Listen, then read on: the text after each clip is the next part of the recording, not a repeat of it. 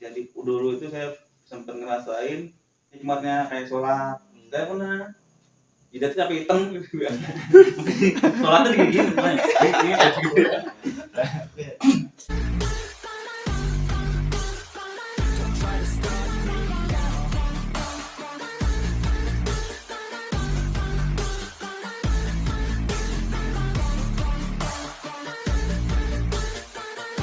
Assalamualaikum warahmatullahi wabarakatuh. Waalaikumsalam warahmatullahi wabarakatuh. Masih di channel Kopi Hitam 24 dalam acara Ngobrol bareng Fikri bersama Adi, penuh inspirasi, motivasi, dan solusi.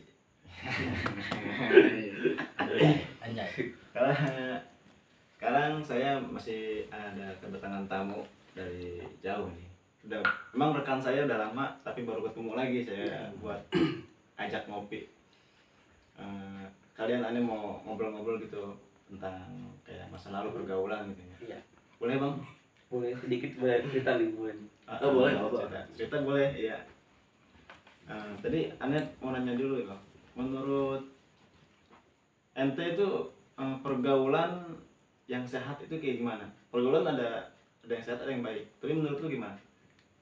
Kalau pergaulan yang baik itu ya contohnya kayak saya main nih sama orang ngaji, pasti saya ikut ngaji tuh kalau yang baik. Ya. Kalau yang nggak baiknya ya saya main sama orang yang suka mabuk, jadi saya jadi ikut mabuk. Itu kasarannya kayak gitu Bang Wil. Kalau dulu yang saya alami itu waktu masih kecil, bukannya ikut-ikutan ya, cuman dari lingkungan juga. Lingkungan saya main sama abang-abangan juga, ya abang-abangan bandel saya ikut bandel. Nah, ya. Kayak gitu. Udah gitu kan saya kan belum tahu kalau yang dilakuin itu sebenarnya salah. Cuman saya berpikirnya kan masih dulu kan masih modal berani salon lah itu kan dulu kan, modal salon doang jadi ikut. Terus waktu ketiganya juga saya udah gede lagi, ngelakuin halnya malah lebih bandel lagi, lebih bandel. Kalau bisa dibilang saya tukang mabuk ya, kasarnya saya tukang mabuk. Terus ngelakuin hal-hal yang kayak gitu. Maksudnya kayak gitu kayak gimana ya? Ngelakuinnya ya kayak suka mabuk lah. Suka mabuk. Minum. Berarti intinya masuk dalam dunia hitam kali bisa Iya, gitu ya. ikut bandel lah, ikut bandel yang kayak gitu. Oh. Sampai sempat terjadi pernah ngalamin yang hal yang mungkin yang saya alamin juga orang pernah ngalamin juga, sebagian yang nggak pernah ngalamin. Betul. Ketika itu pernah ngelakuin hal yang kayak gitu, ternyata itu ada undang-undangnya. Itu kayak ditangkap polisi. Pernah ditangkap. Sempat kayak gitu. Itu di umur berapa kira-kira waktu kena masuk tangkap polisi gitu kira-kira? Di umur 22 kalau nggak 23. Oh, di umur 23 tahun. Iya. Itu berapa lama tuh di masuk gitu? Dulu masalahnya itu 5 tahun. Itu 5 tahun. 5 tahun 2 bulan. Ya sempat itu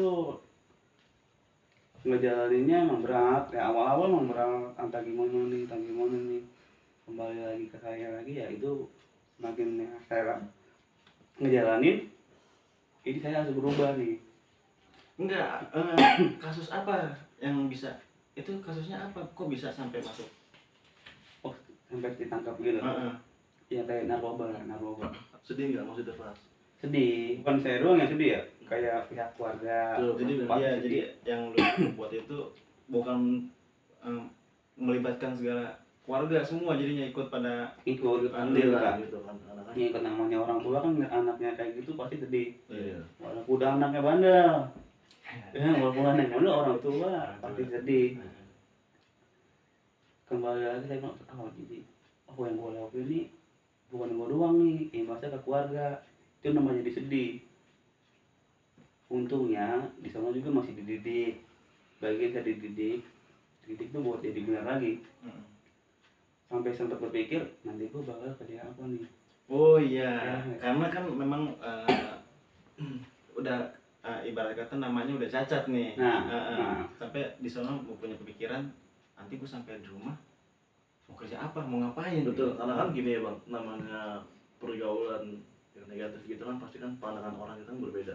Iya. Kadang ada yang ya namanya orang kan pasti kan berbeda mandang bahwa jangan sampai anak gua seperti misalnya kayak abang gitu kan Betul. ngelakuin seperti itu ya kan, atau jangan sampai anak gua bergabung sama abang, pasti kan Iya. abang kan adalah rasa kecil hati gitu kan. Kecil Nah hati. itu maksudnya pernah ngalamin sedih nggak kayak gitu kan? Ada ya sedih. Ada sedih waktu pas ibaratnya saya udah misalnya waktu di dalam itu nanti gua kerja apa nih ya kan. Itu udah pikiran tuh padahal masih di dalam mah. Di dalam udah punya pikiran kayak gitu. Terus udah dah saya bilang kayak ikhlas aja, yang penting saya kembali ke diri saya sendiri nih. Iya. Walaupun nanti orang mau ngomong apa, saya bakalan ibaratnya nggak dengerin lah. Betul. Mungkin awal-awal baru pas udah sekian lama ngejalanin terus pulang, ada sempat pemikiran kayak gitu bang, ngerasa saya, Oh ngerasa ya berarti ya. ngerasa tiba-tiba kayak ada nih orang apa teman juga ya kan, orang tuanya tahu saya baru pulang kayak gini, pasti saya merasa wah jangan dah ibunya jangan main sama saya, takutnya saya nggak bener. Iya. Pasti orang pemikiran kayak gitu, tapi ada juga orang yang pemikiran yang lain. Wah cuman itu kembali ke diri saya juga. Waktu pas saya keluar saya harus ibaratnya saya harus merubah diri saya juga bang. Betul. Kan orang cuma bisa menilai doang. Iya. Iya, saya berubah diri sendiri dah pokoknya. Yang penting gua bener dah. Yang penting saya sopan lah sama orang. Orang udah bisa nyapa, kayak contohnya saya nyapa orang dulu dah, walaupun itu orang nggak nyautin, kadang saya nyapa, Iya. Pak, kadang orang diem aja ya, ada juga yang gitu apa dia, gak dengar kan makin ngomong. Tapi ada nggak maksudnya pas lagi di dalam gitu kan, itu kan penjara itu kan sebenarnya kan sanksi bagi yang melanggar hukum di Indonesia kan gitu kan. Betul, betul. Nah maksudnya kan tadi kan yang bang Bedu sampaikan bahwa di dalam itu kan dididik, ya kan. Tapi kan pandangan orang bahwa ya jelek lah kalau orang udah masuk penjara tuh jelek, ya kan. Betul, betul. Nah maksudnya kan tadi kan bang Bedu kan katanya di dalam itu kan dididik. Nah pernah nggak maksudnya di dalam hati itu nanti punya planning gitu, ketika gua mau keluar, gua akan rajin ibadah, gua akan ngaji, gua akan kerja, ataupun gua akan berjalan sesuai gua manusia biasa gitu, maksudnya nafkahin keluarga. Ada nggak berpikiran seperti itu? Kalau emang udah di luar ya, saya udah sebelum saya keluar saya udah berpikir banget, berpikir kalau saya ngelakuin hal lagi, ini imbasnya saya udah tahu nih, imbasnya bakalan keluarga yang ngalamin juga, maksudnya saya salah, keluarga juga ikut walaupun ikut ada beban juga. Awalnya emang saya dulu nggak pernah, mungkin gara-gara saya dimasukin penjara itu ya, dulu saya nggak kenal agama juga. Oh gitu. Iya. Waktu di luar. Jadi iya masih yang waktu belum masuk itu masih di dalam pergaulan ya kan, pergaulan Masih- belum masih. kenal Ada hikmahnya gitu ya. Ada hikmahnya. Saya percayanya setiap kejadian pasti ada hikmahnya tuh. betul. Tapi selalu penyesalan memang selalu belakangan, Iya. pasti menyesal.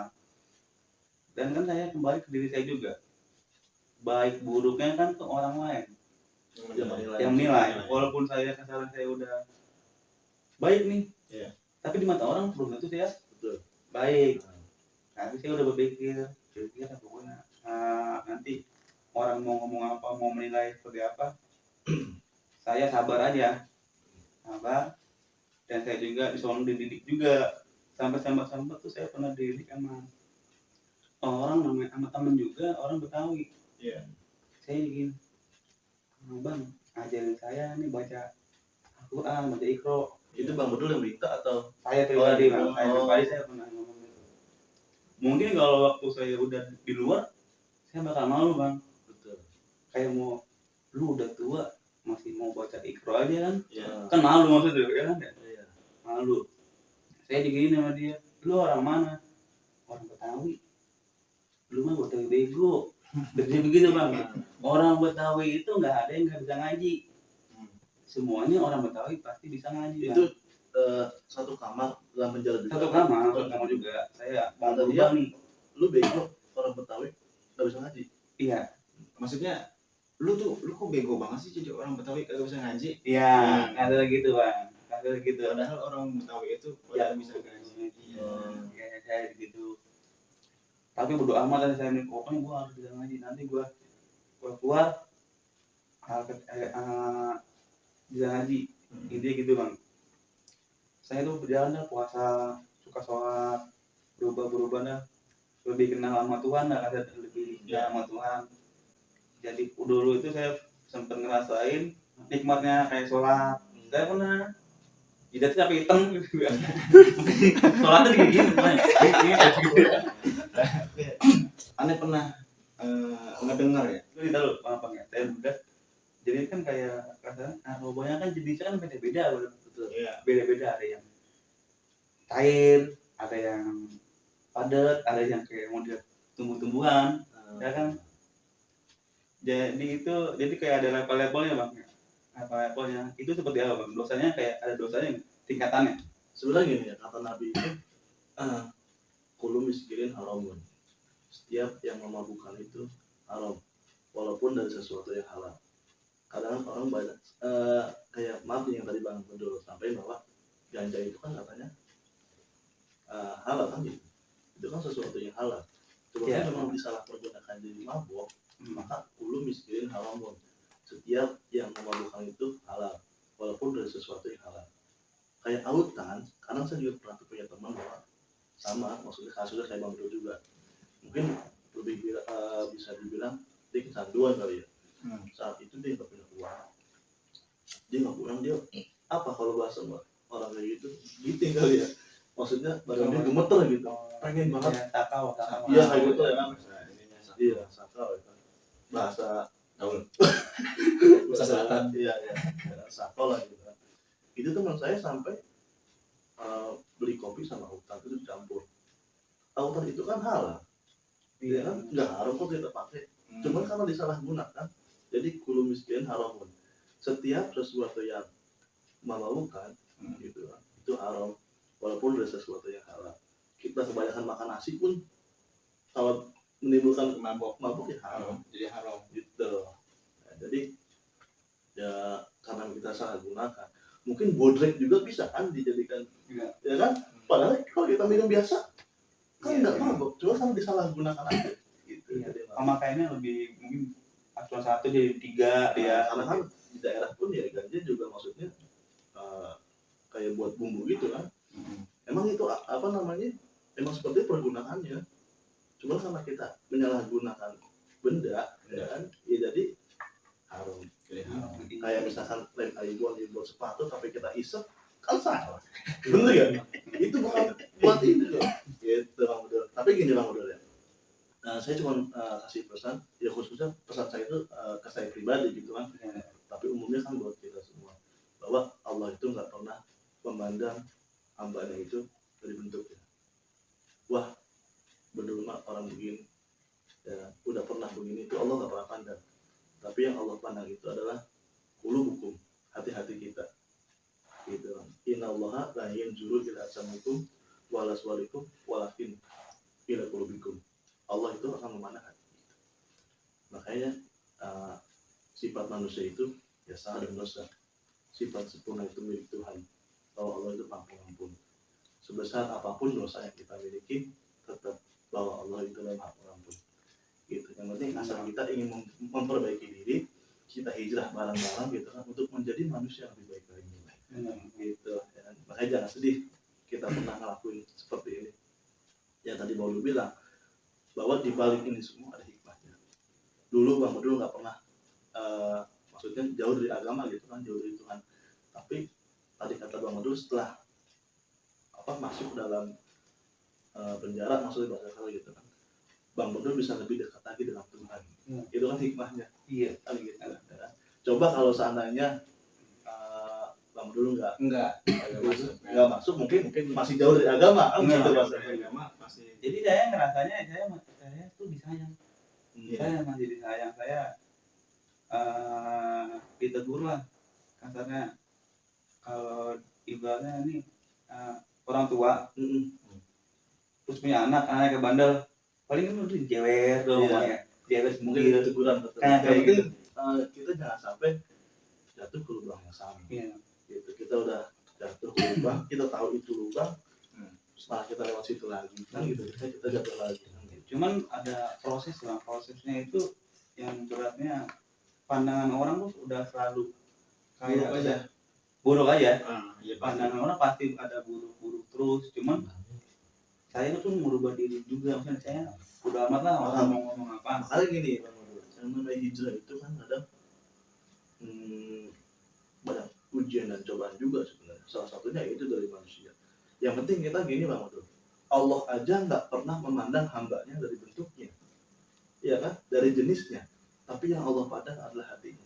Nah kita nggak usah pandang manusia, lihatlah ke Allah. Ya kan, kita buat apa dipandang manusia? Emang untung. Kecuali gini yang Bang misalkan lewat dipandang orang dikasih duit, ya kan, itu barulah kita pengen pandangan manusia kan gitu. Dia kan cuma mandang doang. Ya buat apa kita minta kemuliaan manusia? Kan begitu. Kita minta mulia sama Allah. Kan gitu. Rugi kita kalau minta pandangan manusia. Tapi abang nih masih apa udah total benar-benar stop dari hal-hal kayak jalan hitam itu, apakah masih ngelakuin juga ya? Ya, saya udah berpikir ini salah apa enggak, ini ada undang-undangnya apa enggak. Terus saya udah berpikir kayak gitu. Jadi saya tahu. Sekarang juga saya kayak mau ngelakuin hal, saya harus berpikir dulu. Oh ini salah nih. Oh ini enggak. Yang salah saya nggak lakuin. Kalau yang nggak salah saya lakuin. Tapi emang benar-benar udah stop dari. Udah stop. Emang sih yang bikin saya berubah itu dari anak, dari keluarga. Ntar kalau gua ngelakuin hal lagi nih, anak gua nih gimana gitu. Ada remnya, lebih ada remnya. Terus lebih apa ya, udah sekarang fokus sama keluarga aja. Kan kalau dulu kan udah apa ya, nggak ada rasa takut. Pokoknya gua ngelakuin hal ini bodoh dah. Ya kan, ya sekarang udah beda lagi, udah berpikir oh iya kalau gua ngelakuin hal ini nanti bukan saya nganggu, keluarga ngikut ada imbasnya. Ya, menurut lu nih Bang, soal pergaulannya kan, apa kita harus memilih-milih dalam bergaul atau emang kita harus bergaul sama siapa aja? Kalau pribadi gue ya Bang, gue sih bergaul sama siapa aja. Yang penting kita bisa memfilter, ya kan? Mana baik, mana buruk. Kalau bisa yang buruk kita ajak untuk menjadi yang lebih baik, tapi yang baik jangan sampai ngikut kepada yang buruk. Gitu. Karena gini Bang, kalau gue misalkan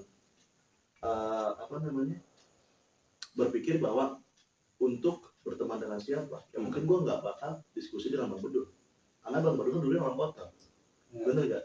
Karena gue nggak berpikir ke situ ya kan. Siapapun manusia biasa punya salah dan dosa, termasuk gue kan gitu. Ya kan? Yang penting kita bagaimana caranya untuk memperbaiki diri, gitu.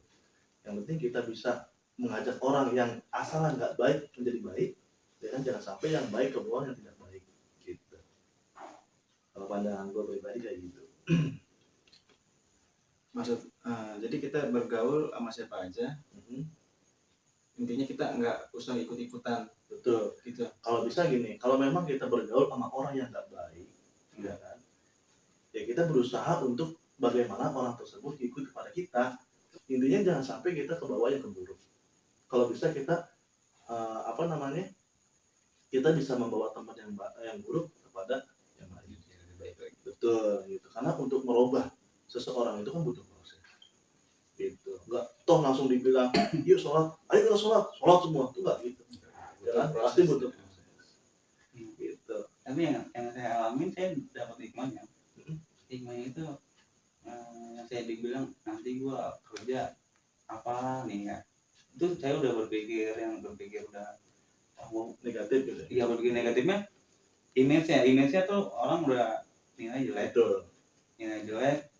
Tadi gua mau kerja apa? Udah bingung. Tapi Allah berkata lain, Bang. Betul. Ketika saya udah pulang dan saya juga saya punya anak, rezeki itu malah lebih beda mana rezekinya. Kayak rezeki belum gitu. Iya, lebih beda, lebih apa ya? Saya juga udah mulai berubah. Yang dari yang kesannya saya nggak kenal agama jadi kenal agama. Dulu mau pakaian aja malu. Enggak malu sih. Masih kayak video orang. Oh, nggak bisa nggak pakaian. Pakai ini dong, apa namanya? Gesper. Orang Sunda dong ya. Jadi kayak gitu bang, jadinya lebih kenal Tuhan kan, kenal Tuhan. Jadi Tuhan juga kayak sayang sama saya. Saya ngerasa saya nggak takut sama nggak kerja, Iya. nggak takut rezeki, nggak ada rezekinya. Selagi saya mau usaha, selagi saya mau kerja, tapi itu Tuhan masih ngasih jalannya loh, ada jalannya aja. Padahal saya nggak tahu nih misalnya nanti gue bakal kerja ini. Karena kan begini kalau betul yang Allah itu saya yakin banget dan diri saya pribadi Allah nggak akan meninggalin hambanya gitu kan. Walaupun Allah menciptakan neraka tapi Allah warning kepada hambanya jangan sampai hambanya masuk ke dalam neraka kan gitu kan. Walaupun kita dibilang manusia kotor atau gimana ya, pintu tobat masih terbuka lebar. Yang penting asal kita ingin memperbaiki diri, memperbaiki sholat kita, Allah akan memperbaiki hidup kita. Gitu bang. Jadi gitu. Ngopi Udah nih. Iya udah. Ayo.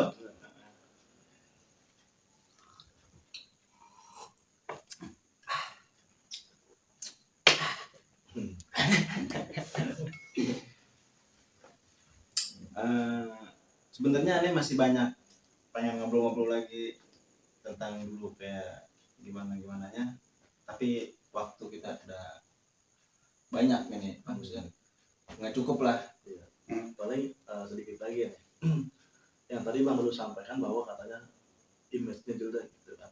Andai kata Allah buka dosa kita masing-masing, belum tentu dosa saya lebih sedikit dari Bang Betul. Jadi dosa saya lebih banyak. Benar. Ya kan? Makanya jangan pernah sedih, ya kita selalu optimis bahwa Tuhan selalu sama kita. Dan jangan sampai mengulangi dosa itu lagi. Iya nggak selamanya orang jelek itu, orang bandel itu nggak baik bang. Mungkin kalau di pandangan orang kayaknya nggak baik, mungkin di pandangan Tuhan tuh mungkin nggak belum tentu kayak gitu. Intinya setiap ada lembaran yang kotor pasti banyak lembaran yang bagus. Kebet lagi. Yang penting jangan ngebet baliknya. Jadikan gini dong, jadikan yang dulu jadi pelajaran buat yang sekarang. Yang lalu biarlah berlalu kata Allah masa yang depan gitu ya. Kita cukup aja Iya bang. karena waktunya udah. Apa saya mampir lagi kemarin nih. Ya. Saya juga pengen dengar banyak cerita lagi. Oke, kita tutup aja acara ngopi ini, ngobrol bareng Fikri. Ingat, bergaulah dengan siapa saja asal kita bisa memilih dan membawa diri. Saya Fikri Basah. Wassalamualaikum warahmatullahi wabarakatuh. Waalaikumsalam warahmatullahi wabarakatuh.